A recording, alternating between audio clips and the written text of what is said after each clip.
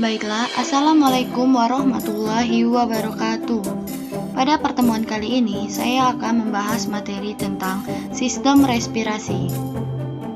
Untuk kompetensi dasarnya ialah 3.7, menganalisis hubungan antara struktur jaringan penyusun organ pada sistem respirasi dalam kaitannya dengan bioproses dan gangguan fungsi yang dapat terjadi pada sistem respirasi manusia.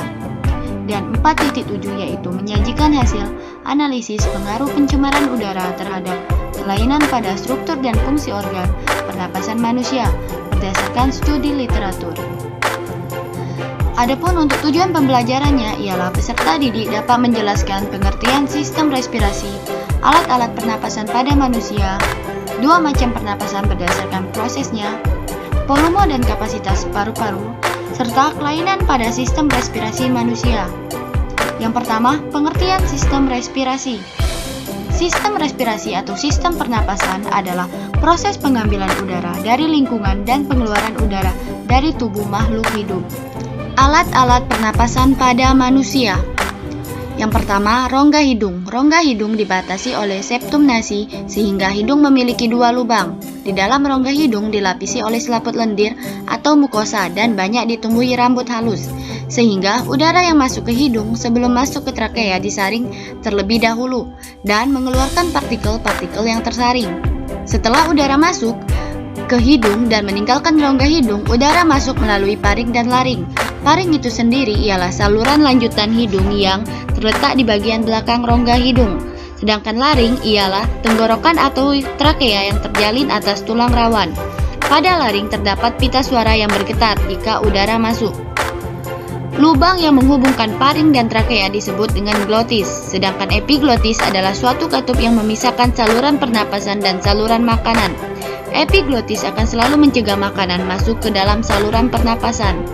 Selanjutnya, trakea atau batang tenggorokan merupakan tabung berbentuk pipa seperti huruf C yang dibentuk oleh tulang-tulang rawan yang berbentuk cincin yang terdiri atas 15-20 cincin. Bagian dalam trakea terdapat sel-sel epitel yang bersilia yang mempunyai fungsi untuk mengeluarkan benda asing yang masuk ke alat pernapasan bersama udara. Yang ketiga, bronkus atau cabang batang tenggorokan merupakan lanjutan dari trakea yang bercabang-cabang dua. Struktur bronkus sama dengan trakea. Bronkus ialah saluran yang menghubungkan trakea dengan paru-paru. Bronkus kanan menghubungkan trakea dengan paru-paru kanan dan bronkus kiri menghubungkan trakea dengan paru-paru kiri. Bronkus di dalam paru-paru bercabang-cabang yang semakin kecil yang disebut dengan bronkiolus. Selanjutnya, paru-paru. Paru-paru diselubungi oleh suatu kantong berselaput yaitu pleura parietalis dan pleura visceralis. Paru-paru terdiri atas paru kiri dan paru kanan. Paru kiri terdiri atas dua lobus, sedangkan paru kanan terdiri atas tiga lobus. Bronkiolus bercabang-cabang lagi menjadi lebih kecil dan berakhir pada kantong-kantong udara yang disebut dengan alveolus. Alveolus tersusun atas selapis sel sehingga dindingnya sangat tipis. Pada alveolus ini terjadi pertukaran gas oksigen dan karbon dioksida. Alveolus banyak mengandung kapiler darah. Pertukaran gas terjadi secara difusi. Dua macam pernapasan berdasarkan prosesnya. Yang pertama, pernapasan dada. Pada pernapasan dada melibatkan otot antar tulang rusuk atau interkostalis. Saat inspirasi atau udara dihirup, otot interkostalis berkontraksi.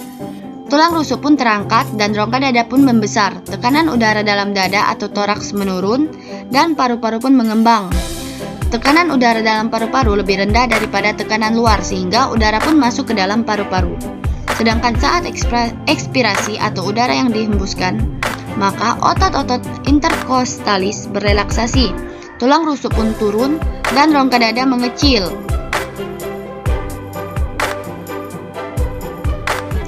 Sehingga tekanan udara dalam toraks meningkat dan paru-paru pun mengempis. Tekanan udara dalam paru-paru lebih tinggi dibandingkan dengan tekanan udara luar sehingga udara pun keluar dari paru-paru. Selanjutnya, pernapasan perut.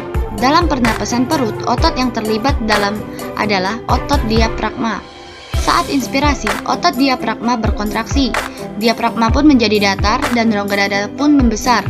Paru-paru pun mengembang. Tekanan udara dalam paru-paru lebih rendah daripada tekanan udara luar sehingga udara pun masuk ke dalam paru-paru.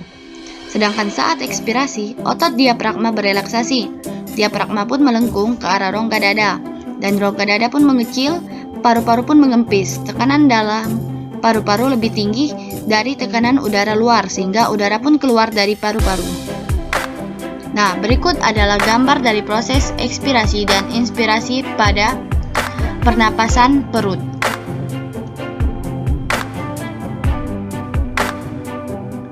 Volume dan kapasitas paru-paru.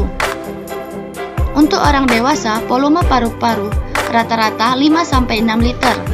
Volume paru-paru terdiri dari volume tidal, volume cadangan inspirasi, volume cadangan ekspirasi, dan volume sisa. Volume tidal merupakan volume udara yang dapat diinspirasikan maupun diekspirasikan. Setiap pernapasan normal, volume tidalnya ialah lebih dari 500 ml. Sedangkan volume cadangan inspirasi ialah volume tambahan udara yang dapat diekspresikan setelah volume tidal normal. Jumlahnya ialah 3000 ml.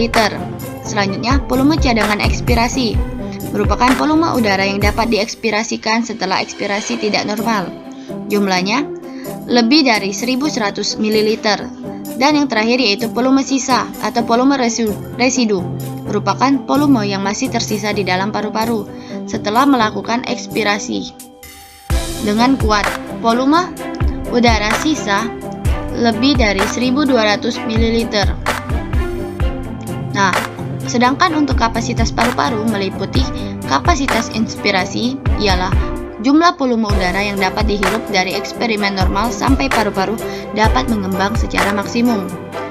Jumlahnya KI atau kapasitas inspirasi ialah 3500 ml. Yang kedua, kapasitas residu fungsional ialah jumlah volume udara yang tersisa di dalam paru-paru setelah melakukan ekspirasi normal. Jumlahnya lebih dari 2300 ml. Yang ketiga, kapasitas vital ialah jumlah volume udara maksimum yang dapat dikeluarkan dari paru-paru setelah inspirasi secara maksimum dan diekspirasikan secara maksimum. Jumlahnya ialah 4600 ml.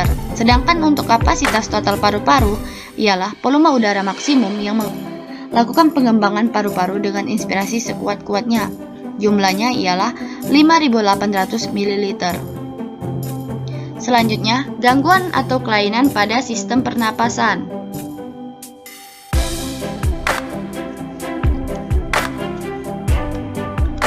Yang pertama, faringitis.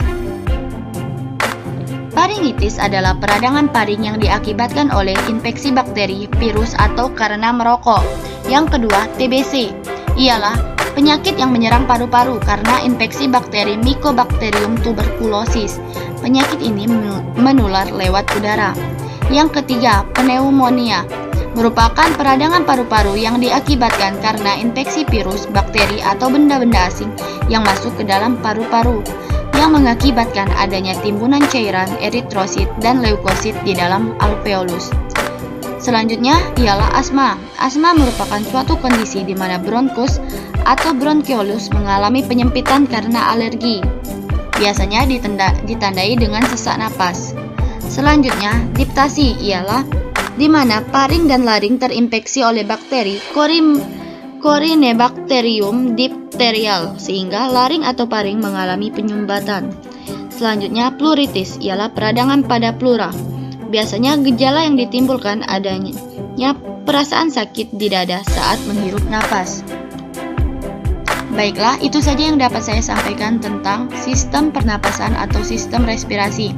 Apabila ada salah kata ataupun kekurangan, saya mohon maaf, kepada Tuhan saya mohon ampun. Wabillahi taufiq wal hidayah. Wassalamualaikum warahmatullahi wabarakatuh.